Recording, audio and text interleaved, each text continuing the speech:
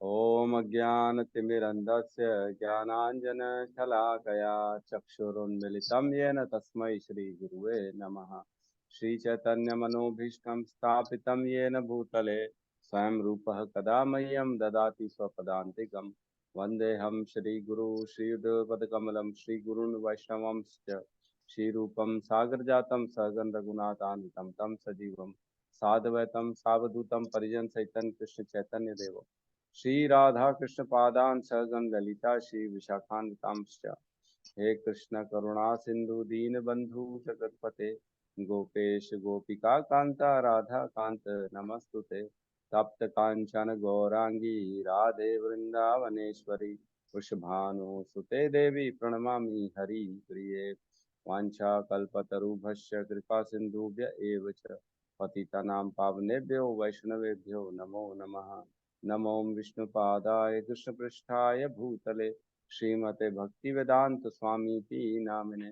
नमस्ते सरस्वते देवे गौरवाणी प्रचारिणे निर्विशेष शून्यवादी पाश्चात्य देशतारिणे। जय श्री कृष्ण चैतन्य प्रभु नित्यानंद श्री अद्वैत गदाधर श्रीवासादि गौर भक्तवृंद। हरे कृष्णा कृष्णा कृष्णा हरे हरे हरे राम राम राम हरे हरे। हरे कृष्णा। पूनम माता जी बता सकते 10 नाम अपराध। हरे कृष्णा गुरु जी। 10 नाम अपराध। पहला, पवित्र भगवान नाम का प्रचार करने के लिए जीवन समर्पण करने वाले महाभागवतों की निंदा करना। दूसरा, शिव ब्रह्मा आदि देवों के नामों को भगवान विष्णु के नाम के समान अथवा उसे स्वतंत्र समझना। तीसरा, गुरु के आदेशों की अवज्ञा। चौथा, वैदिक शास्त्रों अथवा प्रमाणों का खंडन करना। पांचवा, हरे कृष्ण महामंत्र के जप की महिमा को काल्पनिक समझना। छठवां, पवित्र भगवान नाम में अर्थवाद का आरोप। सातवां, पवित्र भगवान नाम के बल पर पाप करना। आठवां, हरे कृष्ण महामंत्र के जप को वेदों में वर्णित एक शुभ सकाम कर्म या कर्म कांड के समान समझना। नौवां, अश्रद्धालु को पवित्र नाम की महिमा का उपदेश देना। 10वां, भगवान नाम के जप में पूर्ण विश्वास न होना और उसकी इतनी अगाध महिमा होने पर भी अगाध महिमा सुनने पर भी भौतिक विषयासक्ति बनाए रखना। अपने को वैष्णव समझने वाले प्रत्येक भक्त को इन सब अपराधों से बचना चाहिए, जिससे शीघ्र अभिशिष्ट सिद्ध प्राप्त हो। हरे कृष्ण।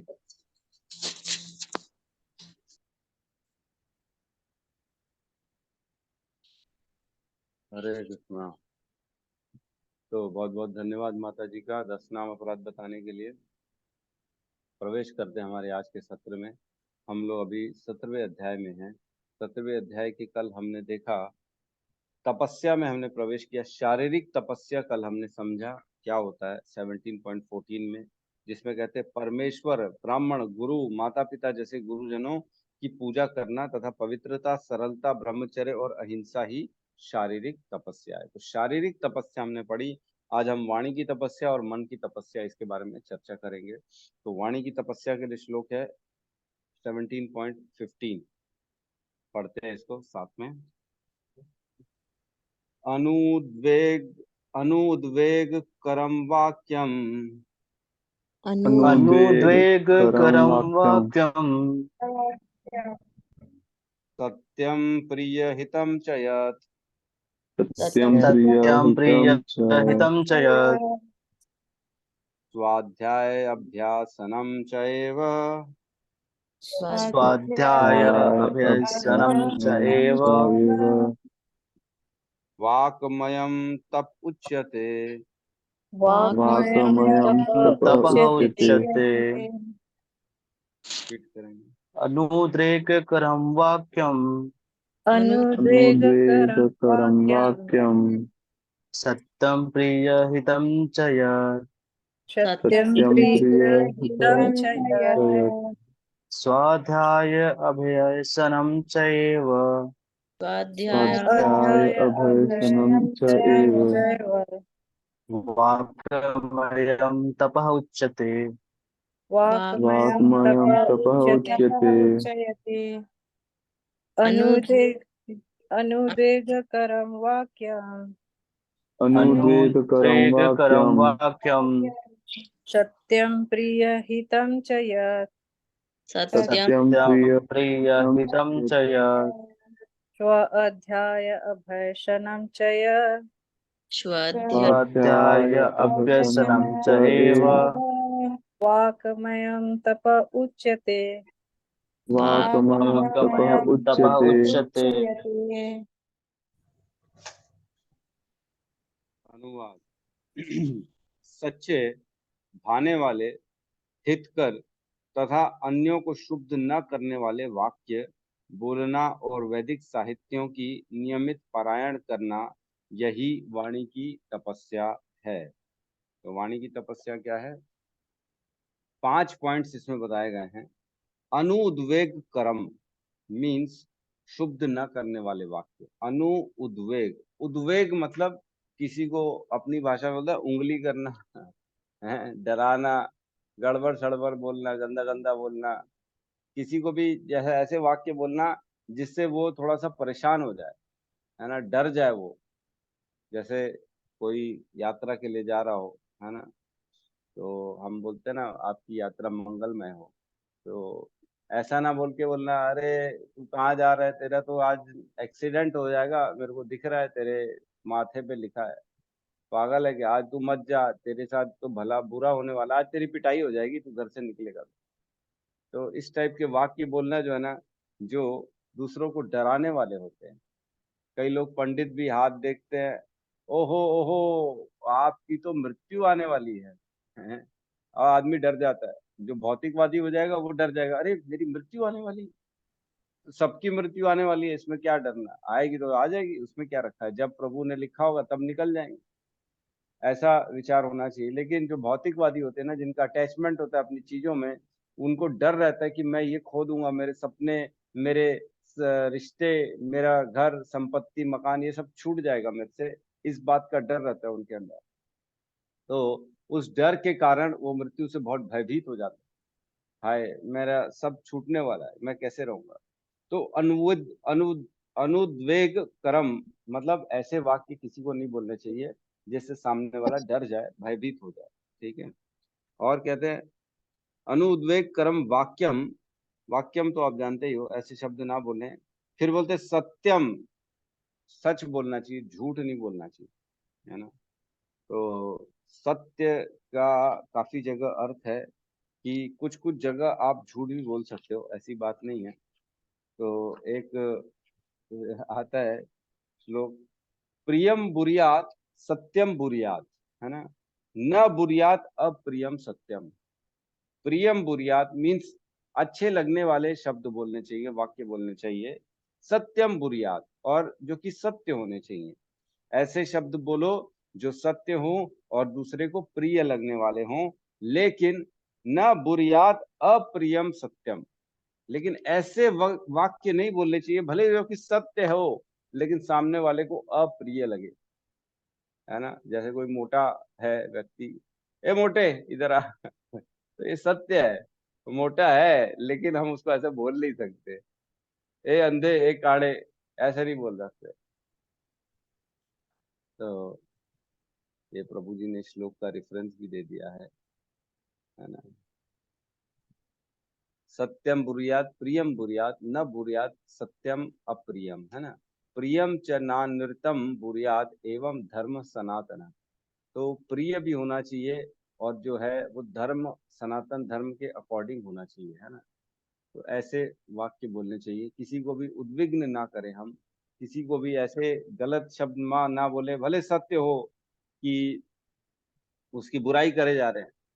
अरे जो है सत्य में मैं झूठ नहीं बोल रहा हूँ, तेरे बारे में ना वो लोग ऐसा बोल रहे हैं, तू बहुत नीच है, तू बहुत गंदा है, तू बहुत कंजूस है, तू बहुत दिखने में गंदा है, तू रहता बड़ा गंदा है, ऐसे टाइप से बोलना नहीं चाहिए। भले सत्य है, कोई बोल भी रहा हो, लेकिन हमको जो है ये सब नहीं बोलना चाहिए, प्रिय लगने वाले सत्य बोलने चाहिए।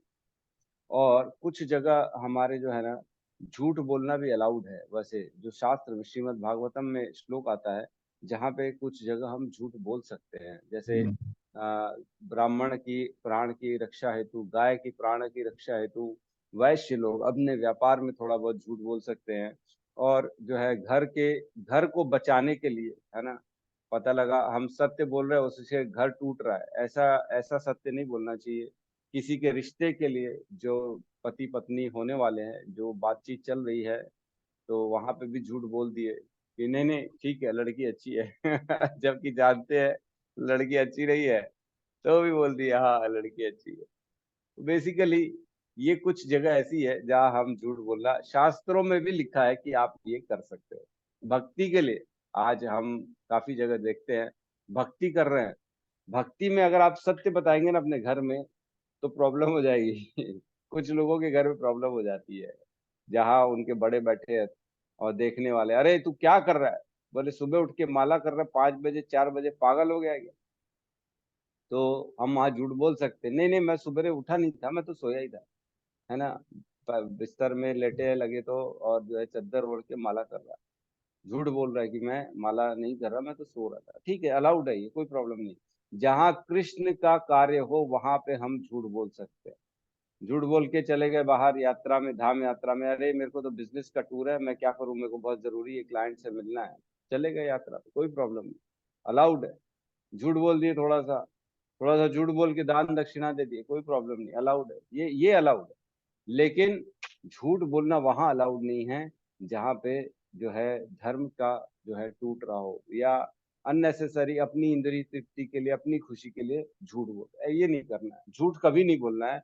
और हो सके तो छोटी छोटी बातों में भी झूठ ना बोल, झूठ एकदम नहीं बोलना चाहिए, क्योंकि हर कर्म का बंधन है, अपने लिए झूठ बोलेंगे तो वो बंधन स्थापित हो जाएगा वहां पे, फिर उसका आपको भोगना पड़ेगा, हम सबको भोगना पड़ेगा, आपको क्या मेरे को भी भोगना पड़ेगा। तो ठीक है, सत्यम। फिर कह रहे हैं प्रिय, हितम, मतलब हितकारी और भाने वाले शब्द बोले जी। प्रिय मीन्स हमने पढ़ा कि जो अच्छे शब्द हों, अच्छे वाक्य हों, थोड़ी सी उनकी स्तुतियां कर लिए, कोई वैष्णव आ रहा है, प्रभु जी आप तो बहुत जबरदस्त वैष्णव हैं, आपका संग पाके बहुत अच्छा लगता है, मतलब अच्छा लगना चाहिए सामने वाले को, ऐसे वाक्य बोलने चाहिए। और हितकारी होने चाहिए, उनको जो है उनके भले के लिए ऐसे वाक्य बोले। तो जो गुरु है उसको अलाउड है कि वो करेक्शन करने के लिए स्ट्रिक्ट वर्ड बोल सकता है। आज सुधारने के लिए मैं किसी को गलत जो है दिशा में जाने नहीं दूंगा, मैं उसको डांटूंगा, भाई तू गलत कर रहा है, ये गलत है, ऐसा नहीं करो। लेकिन हर किसी के पास ये पावर नहीं होता। आज कोई जो मेंटोर के लेवल पे है, जो ऊपर लेवल पे है, उसके ऊपर जिम्मेदारी है कि इन लोगों को शिक्षा देना है, इनको सही सही मार्ग पे लेके आना है, दिशा विहीन नहीं करना है ऐसे लोगों को। तो या जिन्होंने सरेंडर कर दिया है कि प्रभु जी अब मैं आपके आश्रय में सरेंडर हूँ, मेरे को भी थोड़ा सा आप गाइड करते रहिएगा, तब हम जो है उनको करेक्ट कर सकते हैं। लेकिन सबको करेक्ट करने का हमारी जिम्मेदारी नहीं है। पता लगा हर आदमी रोड में मिल रहा है कोई वैष्णव, हरे कृष्णा प्रभु जी आप तो टीका ईका क्यों नहीं लगाते हो, आपको लगाना चाहिए। अरे आपको मालूम ही नहीं उसकी प्रॉब्लम क्या है। हो सकता है वो अपने गुरु से परमिशन लेके आया हो, उसके में स्किन एलर्जी हो। कई बार एक बार देखा गया है, एक प्रभु जी के बैक में बहुत पेन था, तो वो अपने गुरु जी से उन्होंने दंडवत प्रणाम के लिए जो है ना पहले ही माफी मांग ली थी कि प्रभु जी मेरे डॉक्टर ने मना किया झुकने के लिए, मैं दंडवत प्रणाम नहीं कर सकता। तो गुरुजी ने बोल दिया ठीक है बेटा कोई प्रॉब्लम नहीं है। लेकिन देखने वाले देख रहे हैं और वो बोलते हैं हाय हाय कितना एटीट्यूड आ गया है, गुरुजी खड़े हैं, एक बार भी पिछले हफ्ते भर में दंडवत नहीं प्रणाम किया है, भगवान को दंडवत प्रणाम नहीं किया है, बड़े बड़े वैष्णव आ रहे हैं उनको दंडवत प्रणाम नहीं किया है। तो देखो न जानते हुए निंदा करे जा रहे, निंदा करे जा रहे, जबकि असलियत हमको मालूम ही नहीं है। तो ऐसा कार्य नहीं करना चाहिए। दूसरे को करेक्ट करने का हमारा कोई भी हक नहीं बनता। हम उन्हीं को करेक्ट कर सकते हैं जो हमारे अंडर में है, जिन्होंने सरेंडर किया हुआ है, जिनको हम जानते हैं, जिनकी हमारी जिम्मेदारी है। तो हितकारी शब्द ऐसे बोलने चाहिए। ठीक है, आगे कहते हैं च यत, ठीक है, स्वाध्याय अभ्यासनम। तो बहुत इंपॉर्टेंट है कि वैदिक साहित्यों का स्वाध्ययन करना। तो ये वाणी की तपस्या में डाला हुआ है स्वाध्याय, वाणी, क्योंकि हम अध्ययन जो करेंगे हम वही बोलेंगे। ये एक नेचुरल जो है ना फिनोमिना है, ये ह्यूमन बिहेवियर है, जो हम देखते हैं, जो सुनते हैं, जो पढ़ते हैं, हम वही बोलते हैं। तो हम स्वाध्याय जितना जितना वेद अध्ययन करेंगे उतना उतना वेदों के ही रिफरेंस से ही हमारे शब्द मुख से निकलेंगे। आप सबने भी देखा होगा, 1 साल 1.5 साल से भगवत गीता पढ़ रहे हैं, तो हर कहीं जैसे भी कुछ बात होती है ना, तो तुरंत श्लोक रिमाइंड हो जाता है, ओहो ये तो ऐसा श्लोक है, भगवान ने बोला था कि मैं जल का स्वाद हूँ, जल पीते समय आएगा ध्यान में, ओहो ये तो भगवान है, जल का स्वाद, वाह वाह बहुत बढ़िया, जल पी रहे हैं हम। आप ऐसा बोल सकते हो किसी को भी। तो स्वाध्याय जितना जितना करेंगे, उतना उतना हमारी जो है बुद्धि, हमारी वाणी जो है, वो वेदों के रेफरेंस में ही हमारे मुख से चीजें निकलना चालू हो जाएंगी। बहुत जरूरी है स्वाध्याय, है ना। वेदों का पठन पाठन, वैदिक अध्ययन का पठन पाठन करना च एव निश्चित, है ना। तो यही है वाकम वाकमयम तप उच्यते, इसी को वाक्यों की जो है तपस्या कहा जाता है, वाणी की तपस्या कहा जाता है। तो उद्विग्न और ये सारे शब्द जितने भी होते हैं ना, ये वैसे ही एक्चुअल में ना पूरा संसार परेशान चल रहा है, और उस पे जो है हम वाणी भी गंदी बोलेंगे तो और जले पे नमक छिड़कने वाला काम हो जाएगा। पूरा संसार वैसे ही परेशान है, अपने आप में, अपने जीवन में, अपने रिश्तों से, अपने घर से, अपने शरीर से, अपनी सामाजिक दृष्टिकोण से, अपने फाइनेंस स्थिति से, हर कोई परेशान। चाहे वो क्यों ना कोई बहुत बड़ा आदमी क्यों ना, उसको परेशानी तो है ही है। जब जब भी किसी से मिलो ना, प्रभु जी कैसे है, तो बोलते बहुत बढ़िया प्रभु जी, बहुत अच्छे। लेकिन थोड़ी देर रुकोगे ना, बातचीत चालू करोगे, तब उनके अंदर के जो है ना दर्द निकलना चालू करते हैं। अरे प्रभु जी क्या बताएं, हमारे साथ तो ऐसा हो रहा है प्रभु जी, हमारे को तो इसने ये बोल दिया प्रभु जी, हमारे जीवन में तो कुछ है ही नहीं। तो पहले क्यों बोला फिर आपने कि हम बहुत अच्छे हैं? ये बड़ी परेशानी है। जिससे वो जो बहुत अच्छे हैं प्रभु जी, बहुत अच्छे हैं, प्रभु का दिया हुआ सब कुछ है, धन है, दौलत है, बच्चे हैं, बाद में थोड़ी देर बाद बताते हैं, अरे प्रभु जी बच्चे ही तो हमारे खराब है, हमको पूछते नहीं है। अरे मेरी बहू ऐसी है, क्या बताए। यही होता है सबके साथ। तो बेसिकली पूरा संसार परेशान है। उस पे भी अगर हम ऐसे गंदे वर्ड्स बोल दे किसी को परेशान करने वाले, तो तकलीफ हो जाएगी इसमें से, है ना। तो इस प्रकार जो है ना वाणी की तपस्या, ये 5 पॉइंट्स हैं। हम तात्पर्य में प्रवेश करते हैं। तात्पर्य शील प्रभुपाद की जय। मनुष्य को ऐसा नहीं बोलना चाहिए कि दूसरे के मन शुद्ध हो जाए। हमने चर्चा कर ली कि दूसरे को खराब लगे, ऐसे नहीं बोलना चाहिए। निस्संदेह जब शिक्षक बोले तो वह अपने विद्यार्थी को उपदेश देने के लिए सत्य बोल सकता है, वो सुधारने के लिए एक्चुअल में बोलता है, उसके ऊपर जिम्मेदारी रहती है ना। क्या बोलते हैं, एक संस्कृत में आता है, ताड़ेन भाव गुण लालेन भाव दोष, है ना। अगर कोई लालन पालन कुछ ज्यादा ही करता है, तो वो अपने बच्चों के अंदर जो है अवगुण पैदा करता है, लालेन भाव दोष, दोष उत्पन्न करता है। और ताड़ेन भाव गुण, जितना ताड़ना है, ताड़ना मीन्स डांटना और देखना, नजर रखना, मारना नहीं होता। ताड़ने का मतलब होता है देखना, नजर रखना और डांटना। ताड़ेन भाव गुण, मतलब जो हम अपने बच्चों में ताड़ेंगे तो उनके अंदर गुण उत्पन्न होंगे, और लालन पोषण ही करते रहेंगे तो उनके अंदर दोष उत्पन्न हो जाएंगे। तो ये हमारी जिम्मेदारी है कि हम उनके अंदर गुण को उत्पन्न करें। इसलिए जरूरी है कि आंख रखें, है ना, बोले, स्ट्रिक्ट बोले, थोड़ा सा डांटना भी जरूरी है। जरूरी नहीं है कि एक्चुअल में क्या, देखो, डांटना स्वाभाविक नहीं होना चाहिए। नेचुरल अंदर से गुस्सा आ रहा है तो मुख से गंदा गंदा निकल रहा है, ऐसा नहीं होना चाहिए। डांटना आपको अंदर, आपका एकदम नॉर्मल, समो सर्व सर्वेशु भूतेषु, सारे के सब लोगों के सामने सम रूप से रहना चाहिए। लेकिन हमको क्रोध की एक्टिंग करनी चाहिए कि मेरे को गुस्सा आ रहा है ना। क्रोध की एक्टिंग करके हम दिखा सकते हैं कि तुम कैसे कर रहे हो, तुमको ऐसा नहीं करना चाहिए, तुमको ये करना चाहिए, वो करना चाहिए। तो एक्टिंग करना चाहिए, गुस्सा आना ठीक नहीं है। गुस्सा से तो आदमी जो है ना, क्रोध तो हमारा जो है ना तपस्या खराब कर देता है। बोलते हैं एक बार अगर किसी का क्रोध आ जाता है ना, तो उसके 100 दिन की तपस्या खत्म हो जाती है। एक क्रोध इज इक्वल टू 100 दिन की तपस्या का नाश। तो सोचो कितनी बार लोग क्रोध करते हैं और क्या क्या नाश कर देते हैं अपना, पूरा जो है ना मन बुद्धि सब नाश हो जाता है क्रोध से। एक्चुअल में पतन ही हो जाता है। 2.62 और 63 में वर्णन आता है कि जब क्रोध आता है तब स्मृति नाश होती है, फिर स्मृति नाश होती है, फिर जो है देखो 2.6263 इसमें लिखा है, इंद्रिय विषयों का चिंतन करते हुए मनुष्य की उनमें आसक्ति उत्पन्न हो जाती है, और ऐसी आसक्ति से काम उत्पन्न होता है, फिर काम से क्रोध प्रकट होता है ना। अब अपन क्रोध की बात करते हैं, क्या होता है फिर नेक्स्ट श्लोक में बोलते हैं, क्रोध से पूर्ण मोह उत्पन्न हो जाता है, क्रोध से मोह उत्पन्न होता है, और मोह से स्मरण शक्ति का विभ्रम हो जाता है। तो सारी अपनी एथिक्स, प्रिंसिपल, जो उसके जो शिक्षाएं मिली है, सब भूल जाता है वो। क्रोध आता है तो सब खत्म, स्मरण शक्ति खत्म, कौन मेरा कौन पराया, क्या उचित क्या अनुचित, ये सारा चीज उसके दिमाग से निकल जाता है, स्मरण शक्ति का विभ्रम हो जाता है। और जब स्मरण शक्ति भ्रमित हो जाती है तो बुद्धि नष्ट हो जाती है, बुद्धि नष्ट हो जाती है तो इंसान का पतन हो जाता है, मन मनुष्य भवकूप में पुनः गिर जाता है ना। तो क्रोध के बाद स्मरण शक्ति चली जाती है, स्मरण शक्ति से आदमी की बुद्धि नाश हो जाती है, और बुद्धि नाश होने के बाद उसका पतन हो जाता है। तो क्रोध इज इक्वल टू पतन। क्रोध कभी भी नहीं करना चाहिए, क्रोध पे कंट्रोल करना चाहिए, कैसी भी स्थिति आए क्रोध से दूर रहे, बहुत जरूरी है। ठीक है, तो आगे पढ़ते हैं।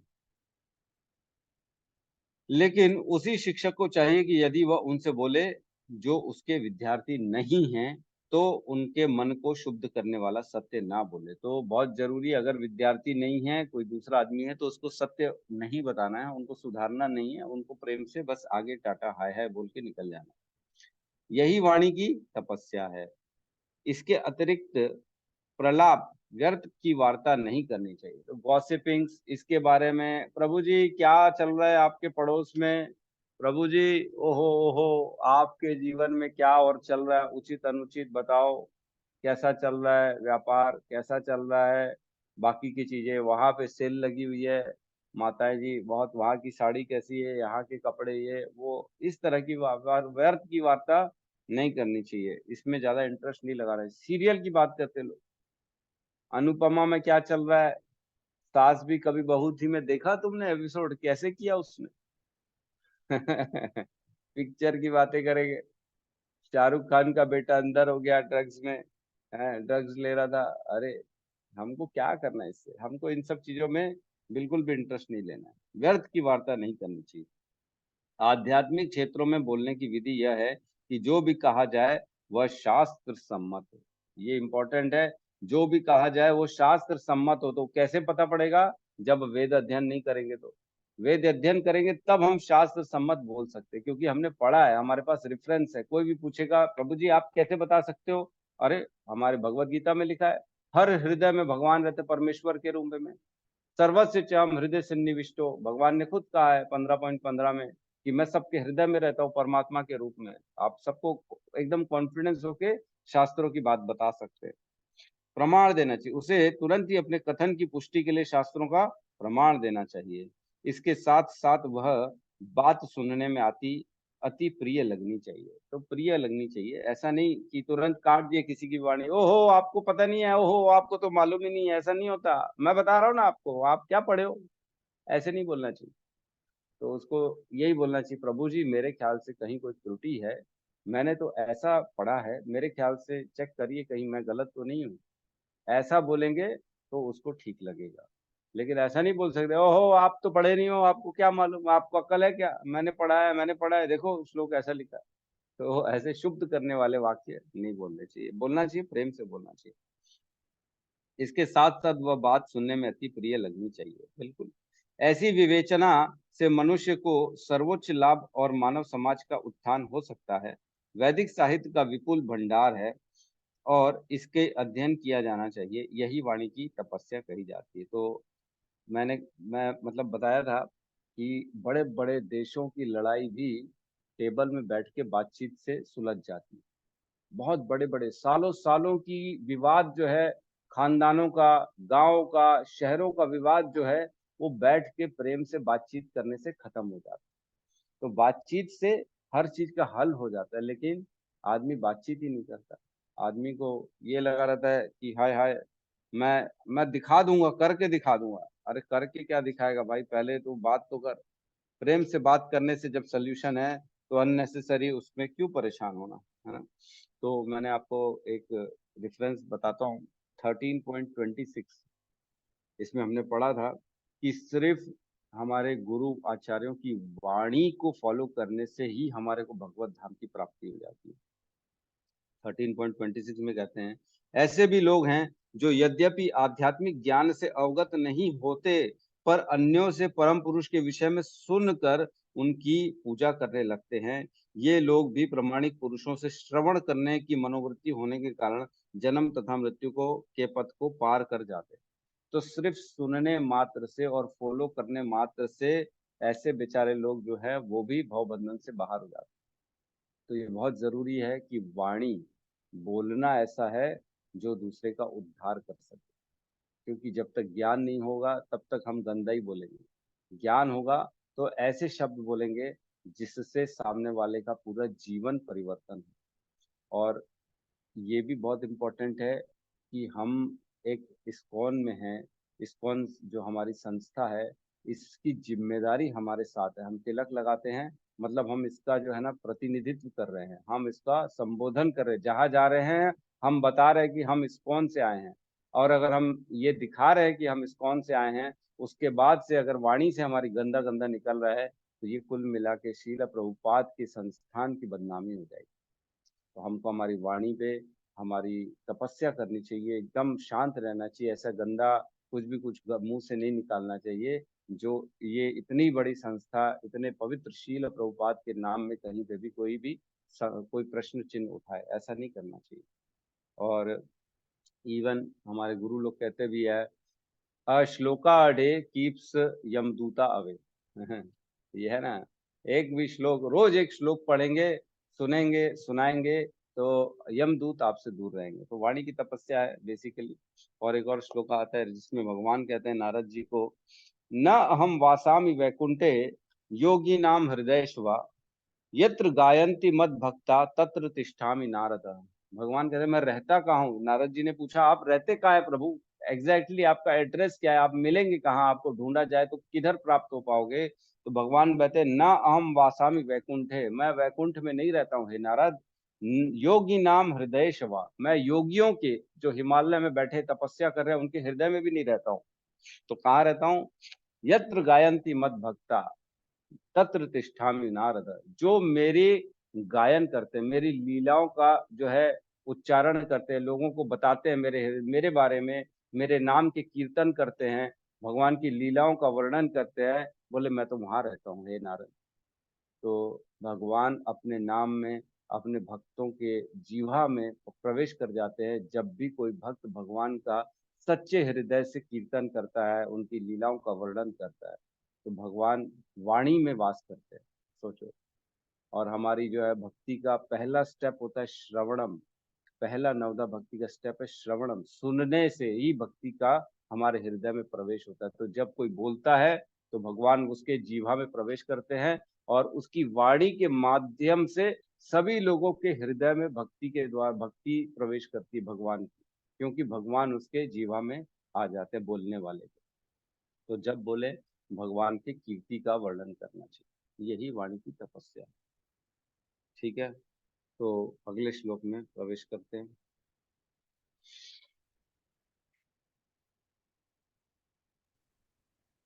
श्लोक नंबर 16। अब मन की तपस्या के बारे में चर्चा होगी। वाणी की हो गई, मन की तपस्या। ठीक है, तीन तरह की तपस्या है, शारीरिक, शारीरिक और वाणी और मनसा। मनसा वाचा कर्मणा, तो कर्मणा हो चुका है, वाचा भी हो गया, अब मनसा में आ गए अपन। ठीक है, श्लोक नंबर 16 साथ में दोहराएंगे। मनः प्रसाद सौम्यत्वम, मनः मनः प्रसाद प्रसाद सौम्यत्वं सौम्यत्वं मौनम आत्म विनिग्रह, मौनम् मौनम् आत्मविनिग्रहः आत्मविनिग्रह भाव संशुद्धि ये तत्, भावसंशुद्धि इति भावसंशुद्धि एतत् एतत् तपो मनसम उच्यते। तपो मनसाम् तपोमानसम् उच्यते। उच्यते। बीट करेंगे। मनः प्रसाद सौम्यत्वं मनः प्रसाद सौम्यत्वम् मौनम् आत्मविनिग्रह मौनम् आत्मविनिग्रहः भावसंशुद्धि इति एतत् भावसंशुद्धि इति एतत् तपः मानसम् उच्यते। तपः मानसम् उच्यते। मनः प्रसादः सौम्यत्वम् मनः मनः प्रसादः प्रसाद सौम्यत्वम् सौम्यत्वम् मौनमात्मविनिग्रह मौनम् मौनम् आत्मविनिग्रहः आत्मविनिग्रह भावसंशुद्धिरित्यतपो भावसंशुद्धिः भावसंस्कृतिरेत मानसमुच्यते। मानसम् उच्यते। उच्यते। अनुवाद। तथा संतोष, सरलता, गंभीरता, आत्म संयम एवं जीवन की शुद्धि ये मन की तपस्याएं हैं। ठीक है, तो यहाँ पे भी 5 पॉइंट्स की बात करी गई है। 5 पॉइंट: संतोष, सरलता, गंभीरता, आत्म संयम और जीवन की शुद्धि। तो एक बार श्लोक को देख लेते हैं। मनः प्रसाद, मनः प्रसाद मीन्स मन की संतुष्टि बहुत जरूरी है।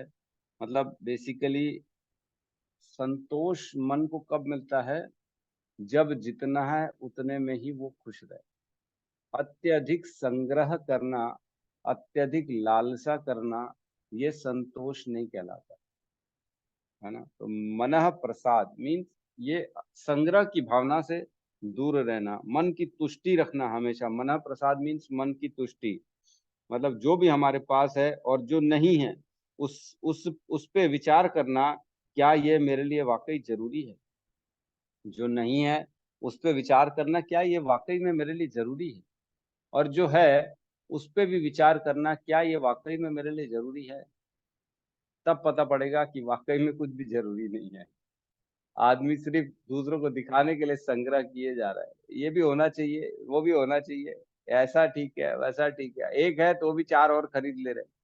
अरे अरे, एक्स्ट्रा पड़ा रहेगा ना दिखाने के लिए। ये कलर है, वो कलर नहीं है, येलो कलर नहीं है मेरे पास, येलो कलर की होना चाहिए, है ना। मेरे पास ये है, बैट है, बॉल है, मेरे पास बैडमिंटन है, जो भी XYZ। इतनी सारी चीजें इकट्ठे कर लेता आदमी जितनी उसको जरूरत भी नहीं होती, लगा पड़ा हुआ इकट्ठा करने में। तो मन प्रसाद, मन की तुष्टि बहुत जरूरी है। फिर कहते हैं सौम्यत्वम मीन्स जो है थोड़ा सा निर्मलता होनी चाहिए, सरलता होनी चाहिए, कभी भी कपट की भावना नहीं रहनी चाहिए दूसरों के प्रति।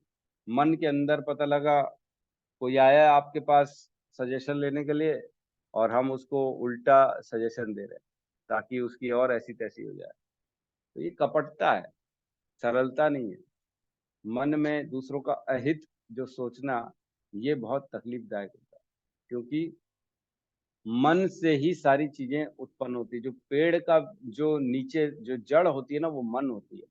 हमारा जो क्रियाएं होती हैं, हमारी क्रियाओं की भी जड़ मन होती है। थॉट जो होता है, सबसे पहला मन का थॉट होता है, फिर उसके बाद विलिंग, फिर एक्शन।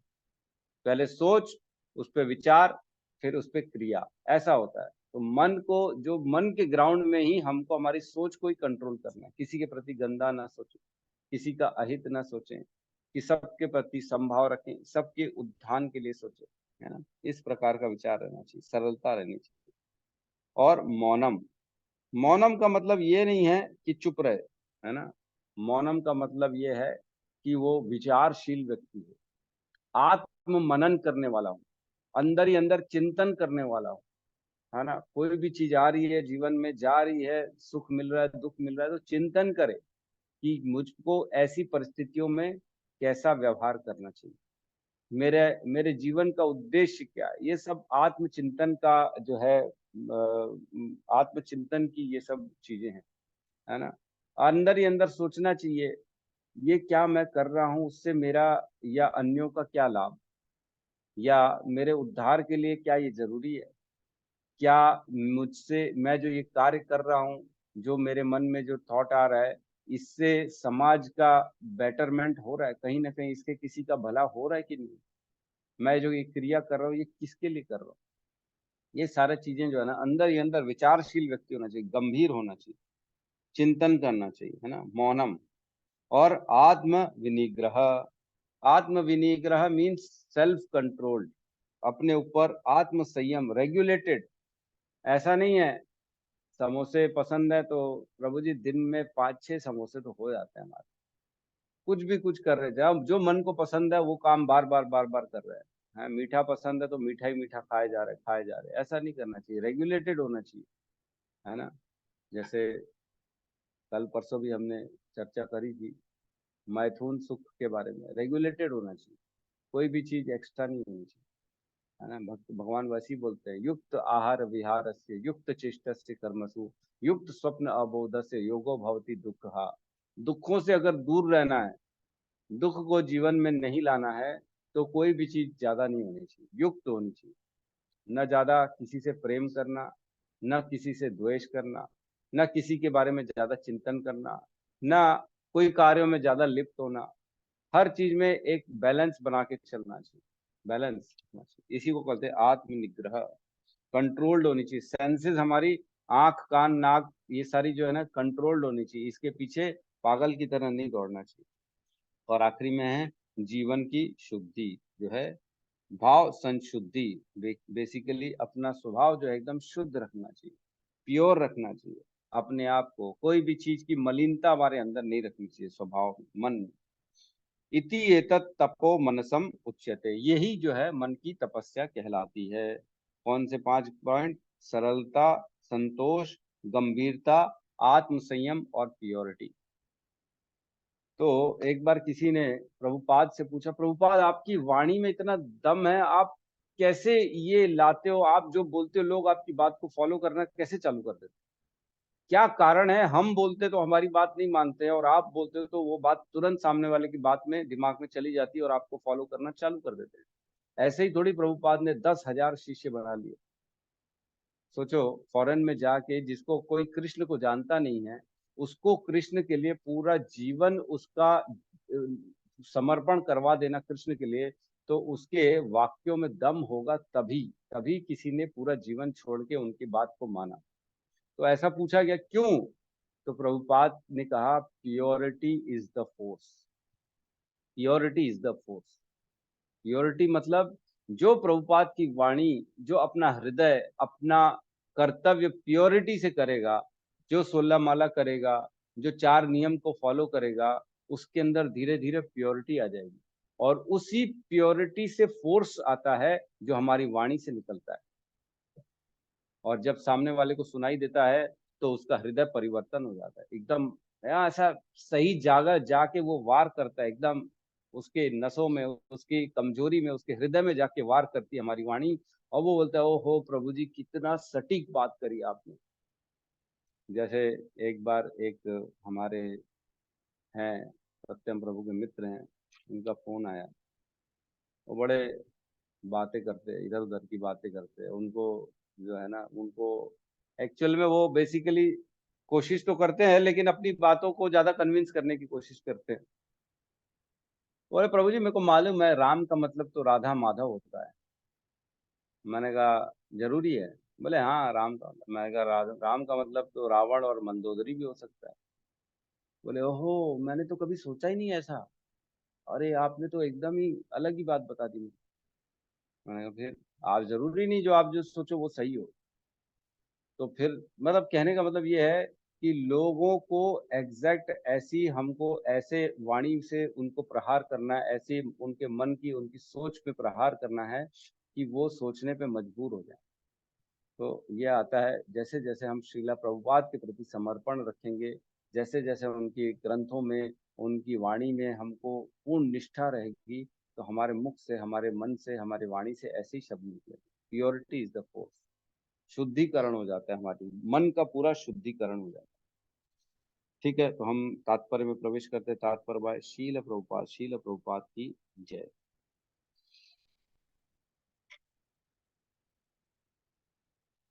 मन को संयमित बनाने का अर्थ है उसे इंद्रिय तृप्ति से विलग करना, उसको अपने विषयों से दूर करना, मन को जो जो चाहिए उसको दूर करना। एक्चुअल में देखा जाए ना, तो अटैचमेंट जो होता है वही हमारे दुखों का कारण। हम इसके साथ जुड़े हैं, ये मेरा है, इसको तकलीफ ना हो, ये मेरी चीजें हैं, इसको कोई परेशानी ना हो, ये खराब ना हो जाए। ये अटैचमेंट ही दुखों का कारण है। जब तक ये मन में अटैचमेंट रहेगा तब तक दुख रहेंगे। देखते हैं ना, जो वैरागी होते हैं उनका अपना कुछ होता ही नहीं है, ना घर है, ना बाहर है, ना कपड़ा है, ना लत्ता है, कुछ है, दो जोड़ी बस लेके चलते हैं, उसी में संतोष रहता है। उनके पास खोने के लिए है क्या? दुख किस बात का रहेगा उन्हें? कुछ है ही नहीं खोने के लिए। किसी का मकान टूट रहा है तो भी वो बैठे आज शांति से, किसी का मकान बन रहा है तो भी शांति से बैठे, उनको न लेना न देना। जिसका टूट रहा है वो दुखी हो रहा है, मेरा मकान टूट रहा है, और जिसका बन रहा है वो सुखी हो रहा है, खुश हो रहा है, मेरा मकान बन रहा है। लेकिन वैरागी को दोनों से कोई लेना देना नहीं। क्यों? क्योंकि उसका अपना कुछ है नहीं। तो जितना जितना हम इंद्रिय तृप्ति से विलग रहेंगे उतना उतना सुखी रहेंगे, उतना मन संतुष्ट रहेगा। उसे इस तरह प्रशिक्षित किया जाना चाहिए जिससे वह सदैव परोपकार के विषय में सोचे। तो दूसरों का भला ही सोचना चाहिए मन से हमें, दूसरों की अच्छाई का ही जो है, चाहे दुश्मन ही क्यों ना हो, चाहे कितना भी बेकार ही क्यों ना हो। तो ये देखो, ये ना एक यही डिफरेंस है भौतिकवादी और आध्यात्मिक। जो आध्यात्मिक व्यक्ति होता है ना, वो सबके भले की सोचता है, वो सोचता है मैं इसको क्या दूं। और भौतिकवादी व्यक्ति व्यक्ति क्या सोचता है, मैं इससे क्या ले सकता हूँ, मैं इससे रिश्ता रखूं तो मेरे को इसमें फायदा क्या है, मेरा बेनिफिट क्या है यार, इससे बात करने में, उठने बैठने में, मैं क्यों रिश्ता रखूं। लेकिन आध्यात्मिक जो व्यक्ति होगा, भक्त जो होगा, वो रिश्ता इसलिए रखेगा कि मैं इसको कैसे भी करके कृष्ण का प्रेम दे दूं, मेरे को इससे चाहिए ही क्या। क्योंकि हम जानते हैं कि 99.99% जो लोग हैं संसार में घूम रहे हैं, वो पूर्ण रूप से बद्ध अवस्था में, और वो तप रहे हैं संसार की इन जो है मोह माया, जो 6 विकार होते हैं ना, काम क्रोध लोभ मोह मद मात्सर्य, इसमें खाली तप रहे हैं। उनके पास है ही क्या, बेचारे देंगे क्या? अगर पैसे की बात करें तो हमको वैसे ही पैसे से किसी से कोई प्रेम नहीं है। ऐसा नहीं है कि हमको पैसे मिल जाएंगे, नहीं, हमको चाहिए ही नहीं पैसा, क्या करना। हमारे पास इतना बड़ा धन है, कृष्ण का प्रेम धन, कृष्ण का नाम का धन है, हम उसका ही जो है लोगों को प्रचार करें तो वही बहुत बड़ी बात है। हमारे पास मालूम है जो एक्चुअल में असली धन है, वो तो कृष्ण का नाम का धन है जो हमारे पास है। लोगों के पास वो भी नहीं है। ठीक है? तो दूसरों के उद्धार के बारे में सोचना चाहिए। तो हम बोलते भी है ना, संसार दावा नल लीढ़ लोक, त्राणय कारुण्य घन घनत्वम, प्राप्त कल्याण गुणानुवस्य, वंदे गुरु श्री चरणारविंदम। मतलब पूरा संसार खाली इंद्रिय विषयों के भोगों में जल रहा है, और ऐसे जलन को शांत करने के लिए मेरे गुरु आए हैं, जो एक महान बादल की तरह है, जो बहुत जोरदार वर्षा करेंगे, तब जाके ये जलन खत्म होगी। जो जल रहा है संसार, जंगल जो पूरा आग लगी हुई है, वो आग कैसे शांत होगी? उस महान उस बारिश से, घना घनत्व, बहुत घनाहट के साथ बारिश होगी, उससे शांत होगा। तो ऐसे गुरु को मैं प्रणाम करता हूँ। तो वो अपनी वाक्यों से ही दूसरों की जलन को शांत कर देते हैं। जब ज्ञान देते हैं कि तुम परेशान मत हो, तुम जिसके लिए परेशान हो रहे हो, तुम्हारे जो इंद्रिय विषय हैं जिसके बारे में तुम चिंतन कर रहे हो, उसका कोई महत्व नहीं है, जब बताते हैं तब आदमी शांत होता है। मनुष्य को कृष्ण भावनामृत से विचलित नहीं होना चाहिए, और इंद्रिय भोग से सदैव बचना चाहिए। तो कृष्ण भावनामृत से विचलित नहीं होना, यही अपने आप में एक बहुत बड़ी तपस्या है। मन में हमेशा आता है, अरे प्रभु जी मन ही नहीं लग रहा चैंटिंग में, मन ही नहीं लग रहा पढ़ने में, मन ही नहीं लग रहा सुनने में, मैं क्या करूं। मन तो पिक्चर देखने की इच्छा कर रहा है, मन तो घूमने की इच्छा कर रहा है। तो ये बहुत बड़ी तपस्या है अपने आप में, है ना। इंद्रिय भोग के विचारों से मन को अलग रखकर मन को अलग रख के रख करके ही मन की तुष्टि प्राप्त की जा सकती है। तो इंद्रिय विषयों से जितना दूर रहेंगे तभी मन सुख रहेगा, नहीं तो नहीं रहेगा। हम इंद्रिय भोग के बारे में जितना सोचते हैं उतना ही मन अतृप्त होता है। तो जितना चीजों को प्राप्त करने के बारे में चिंतन करेंगे, ये कैसा वो कैसा, उसके जीवन में ये है, उसके पास बड़ी गाड़ी है, उसके पास ये मोबाइल है, जितना सोचेंगे उतना हमारा मन जो है अतृप्त होता जाएगा। इस वर्तमान युग में हम मन को व्यर्थ ही अनेक प्रकार की इंद्रिय तृप्तों के साधनों में लगाए रखते हैं, जिससे मन संतुष्ट नहीं हो पाता। तो ये सब जानते हैं, इसमें क्या बताएं। अतः सर्वश्रेष्ठ विधि यही है कि मन को वैदिक साहित्य की ओर मोड़ा जाए, क्योंकि यहाँ यह संतोष प्रदान करने वाली कहानियों से भरा है, यथा पुराण तथा महाभारत। तो बहुत जरूरी है, जितना जितना भगवान की लीलाओं के बारे में सुनेंगे, जितने पुराण पढ़ेंगे, हमारा मन खुद ब खुद ऑटोमेटिकली संतुष्ट हो जाएगा, खुद ब खुद शांत हो जाएगा, जितना जितना भगवान के बारे में अपना सुनते हैं। तो इवन जो है रामचरितमानस में एक श्लोक आता है, उसमें कहते हैं, निर्मल मन जन सो मोहि पावा, छल छिद्र कपट मोहि न भावा। तो निर्मल मन जन जो होता है ना, भगवान श्री राम कहते हैं वो मुझे पसंद है। जिसका निर्मल हृदय है वही मुझको पसंद है। मोह छल छिद्र कपट मोहि न भावा। मुझे बिल्कुल पसंद नहीं जिसके अंदर छल हो, छिद्र हो, कपट हो। वो ऐसे आदमी से तो मैं दूर ही रहता हूँ, भगवान श्री राम कहते हैं। तो अपने मन को निर्मल रखना है हमारे को। तो वो कैसे होगा?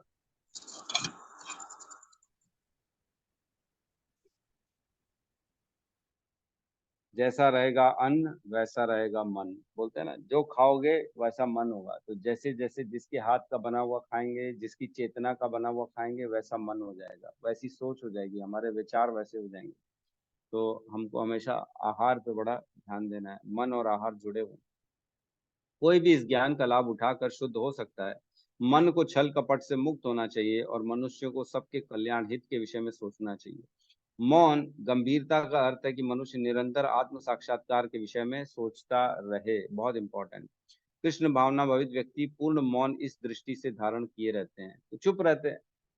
मैं देखता हूँ हमारे कुछ भक्त जो हैं बड़े गंभीर होते हैं। हिज ग्रेस अनंत श्याम प्रभु बड़े गंभीर रहते, ज्यादा बात नहीं करते, दुर्ग वाले। इवन बिलासपुर के जुगल किशोर प्रभु हैं, बहुत गंभीर रहते, शांत रहते हैं। तो इसका मतलब ये नहीं है कि उनको कुछ मालूम नहीं है। हाँ, उसके अंदर, उनके अंदर इतना कुछ चल रहा है, पूरा समंदर की लहरें दौड़ रही है उनके अंदर। वो सोच रहे हैं किस प्रकार मैं इस जलते हुए संसार से बस निकलूं बाहर।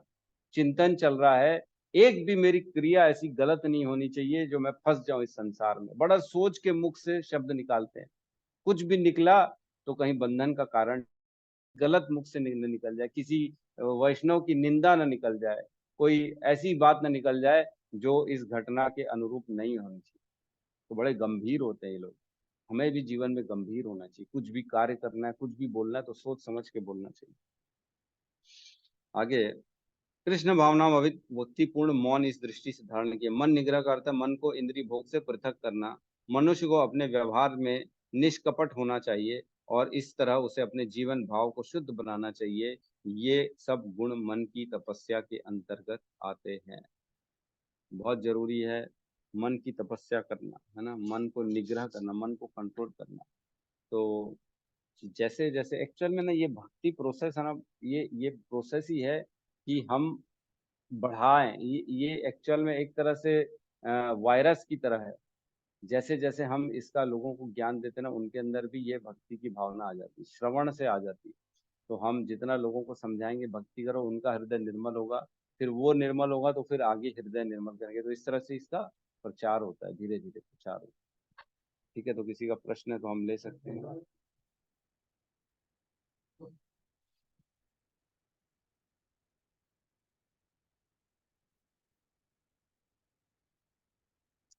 जी सावित्री माता जी कहिए। हरे कृष्ण प्रभु जी, दंडवत प्रणाम। प्रभु जी, प्रश्न तो नहीं है, लेकिन कल हमारे सिस्टर इंगला के मिस्टर ने क्या किया, मेरे लड़के के नाम से किसी ने उनके साथ फ्रॉड किया था। वो बोलता पहचाना मुझे, मैं बब्बू बोल रहा हूँ। फिर मैं डॉक्टर हूँ, डॉक्टर योगेश्वर। उन्होंने 5,000 रुपया फटाफट ट्रांसफर करवा लिया। फिर सेकंड करवाया, उन्होंने कर भी दिया। फिर थर्ड करा 10,000। फिर फोर्थ किया, मैं बोला पहले ही करना चाहिए था। तो लड़के ने उधर सब बैंक वगैरह में इंक्वायरी वगैरह किया, तो बोले फटाफट उनको कॉल बैक कर लिया, तो फिर बाद में बंद करा दिया। अभी पता नहीं क्या होएगा, वही बता रही थी आपको। लोगों का जो है क्या करोगे, शॉर्टकट में पैसा चाहिए, लोगों का मन संतुष्ट नहीं है, इंद्रिय तृप्ति पर करनी है तो पैसा। इतना सब आता रहता है प्रभु जी। एडवर्टाइज बॉम्बे में तो बहुत होता है, वो भी कलकत्ता में थे तो थोड़ा तो पूछने देने से पहले डॉक्टर का नाम लिया तो उन्होंने कर दिया फटाफट। फिर सेकंड टाइम किया, फिर थर्ड टाइम किया तो उनको क्लिक हुआ, रहे ये घड़ी घड़ी क्यों करने को बोल रहा है, तब उन्होंने फोन किया।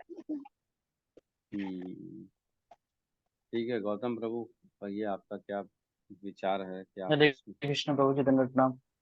प्रभु जी, एक हरे सवाल था, कृष्ण। मतलब एक लेक्चर में मैं ऐसे सुन रहा था कि उसमें ऐसे बता रहे थे कि जैसे हमको कोई चीज, जैसे हम जो चीज फॉलो नहीं करते, एक जैसे कि मान लो मैं चैंटिंग अच्छे से नहीं करता हूँ, तो सामने वाले को मेरे को ऐसा नहीं बोलना चाहिए कि तुमको चैंटिंग ऐसा करना चाहिए, क्योंकि वो चीज मैं भी सही से नहीं कर रहा हूँ।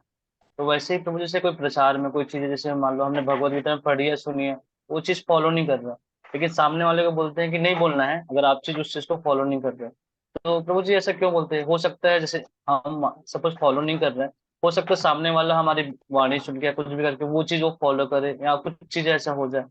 तो ऐसा क्यों कहा जाता है प्रभु जी कि जो चीज आप फॉलो नहीं करते तो वो चीज आप दूसरों को नहीं बोल सकते? देखो, इसमें ना दो तरह की चीजें होती हैं। ये जो आप बोल रहे हैं, इसमें इस सिनेरियो को हम ऐसे समझ सकते हैं। कई बार देखो, अब दो चीज बताता हूँ। एक प्रवचन दे रहा था बाबा, है ना। वो बाबा प्रवचन दे रहा था, लेकिन वो फेंकू बाबा था। ठीक है। वो वो खुद ही इतना शुद्ध नहीं था। वो खुद जाके थोड़ी थोड़ी देर में पीछे जाके कभी सिगरेट पी ले, कभी दारू पी ले, फिर आके बैठ के प्रवचन दे। लेकिन जो सुनने वाले थे, उसमें एक माता जी थी जो बहुत शुद्ध थी, और उसके हृदय में भक्ति थी। वो प्रभु की वाणी को ऐसे ग्रहण कर रही थी जैसे एकदम शुद्ध बोला जा रहा हो, और वो उनकी बातों में आके उनको फॉलो करने लगे। तो इसमें क्या जो है, उसके अंदर प्योरिटी तो थी नहीं, लेकिन भक्ति तो फिर भी ट्रांसफर हो गई।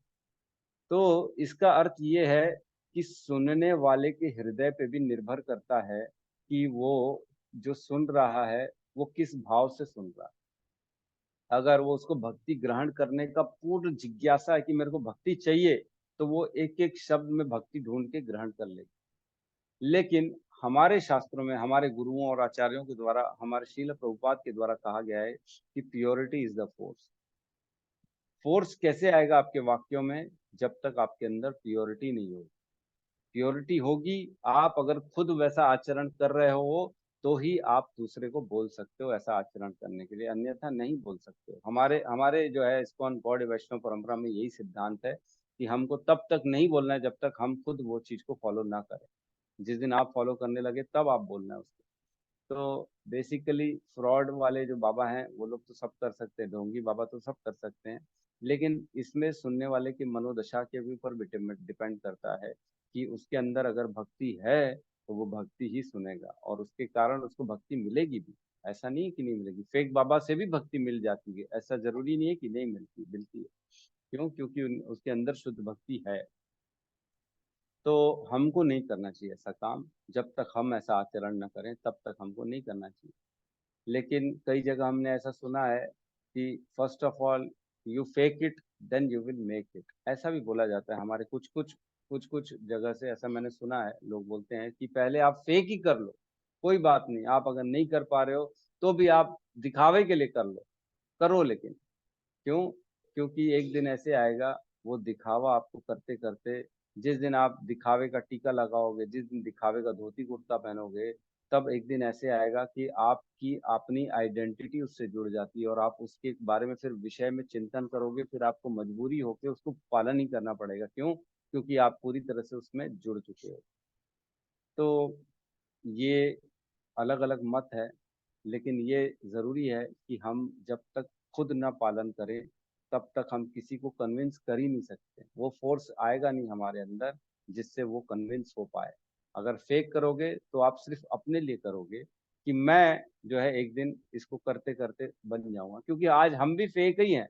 हम सब जो माला कर रहे हैं, हमारे मन में इतना माला नाम के प्रति वो रुचि, वो भाव है नहीं, लेकिन फिर भी हम कर रहे हैं क्योंकि हमारा गुरु आचरण, गुरु आचार्य हमें बोलते इसलिए हम करते हैं।